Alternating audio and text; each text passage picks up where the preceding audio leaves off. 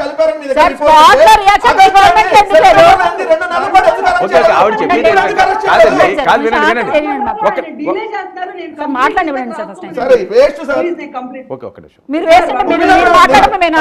ఏం చెప్తారు ఇప్పుడు అంతర్వేది ఇది ఎప్పుడైంది దాని మీద కేసు పెట్టారా అరెస్ట్ చేశారా అయింది ఎవరు చేశారు మీ హయాంలోనే కదా మరి అదే అంటున్నారు ఇప్పుడు ఆయన ఆల్ ఎంక్వైరీ చేశారు వెంటనే అరెస్ట్ ఎక్కడ చేసేస్తారు సరే వినండి ఆవిడ ఏం చెప్తారు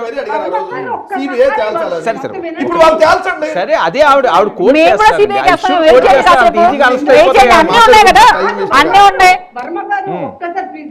జూలై 22 ఆయన ఆల్రెడీ ప్రెస్ మీట్ పెట్టి దీన్ని బ్లాక్ లిస్ట్ చేసాం దీనికి జరిమానా చేసాం దీని మీద స్టర్న్ యాక్షన్ తీసుకుంటామని చెప్పడం అయిపోయింది. ఆ తర్వాత ఏమైందంటే ఇది అంతా రిపోర్ట్ చంద్రబాబు నాయుడు గారికి వెళ్ళాక విజిలెన్స్ వాళ్ళని ఈడీ వాళ్ళని ఇన్వాల్వ్ చేసి ఒక్క నిమిషం కంప్లీట్ చేసిన ప్రాసెస్ ఆగస్ట్ లో విజిలెన్స్ వాళ్ళు ఈడీ వాళ్ళకి వెళ్ళి కంప్లీట్ చేసి తిరుమలలో జరుగుతున్న అన్యాయాలన్నీ ఒక్కసారి మీరు మొత్తం ఇది చేయాలి ఇన్వెస్టిగేట్ చేయాలి అని చెప్తే వాళ్ళు ఏం చేశారంటే ఆగస్టు 12, 16, 17 తారీఖులో 7 నోటీసులు షోకాజ్ నోటీసులు వెళ్ళినాయి. ఎవరికి?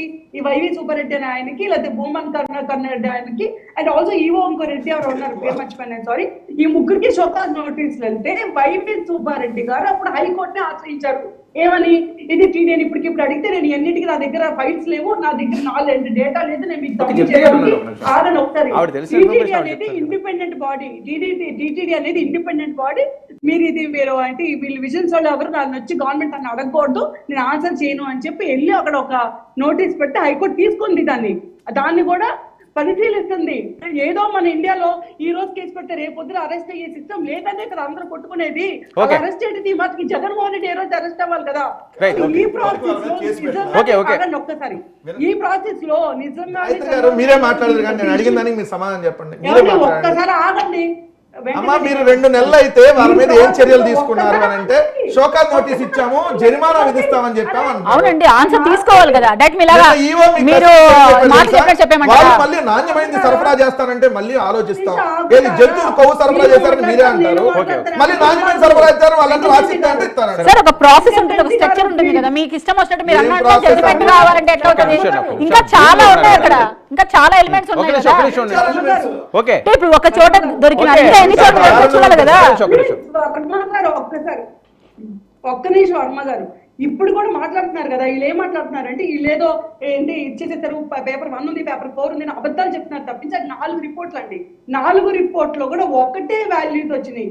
అయితే వాల్యూస్ వచ్చాక దాని అనెక్షన్స్ తీసుకున్నారు. ఆ 3 అనెక్షన్స్ ప్రకారం ISO సర్టిఫైడ్ 17678 2019 రిపోర్ట్ వాళ్ళు ఆ పర్టికులర్ సంస్థ వాళ్ళు చేసిన దాని ప్రకారం అంటే ISO స్టాంపింగ్ కూడా నమ్మద్దనంటారు అనమాట. వీళ్ళు జగన్మోహన్ రెడ్డి ప్రెస్ ముందుకు వచ్చి నమ్మాలి, లేకపోతే ఇక్కడ వెంకటరెడ్డి వచ్చి 99 టీవీ డిబేట్ లో కూర్చుంటే ISO స్టాంప్ మీరు ఇచ్చిన రిపోర్ట్ లో ISO స్టాంప్ లేదు, రాశారు ISO అని DTP లో రాస్తే ISO స్టాంప్ నోట్ చేసుకోవచ్చు కదా.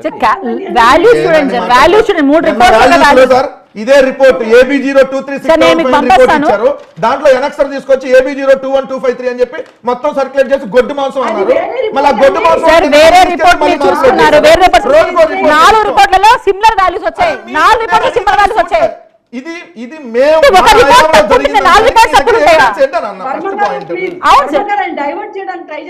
డైవర్ట్ చేసేదమ్మా. మీరు అడిగిన సమాధానం చెప్పండి.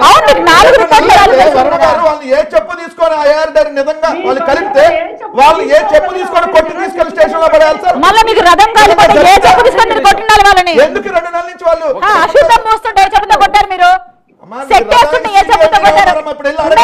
జగన్మోహన్ రెడ్డి గారు ఏ చెప్పుతో కొట్టారు? వాళ్ళ గుడిలో సొంత వాళ్ళ పిన్ని గారు జగన్నాథ రక్షక గోవింద అంటే ఏ చెప్పుతో కొట్టారు? మీరు ఏ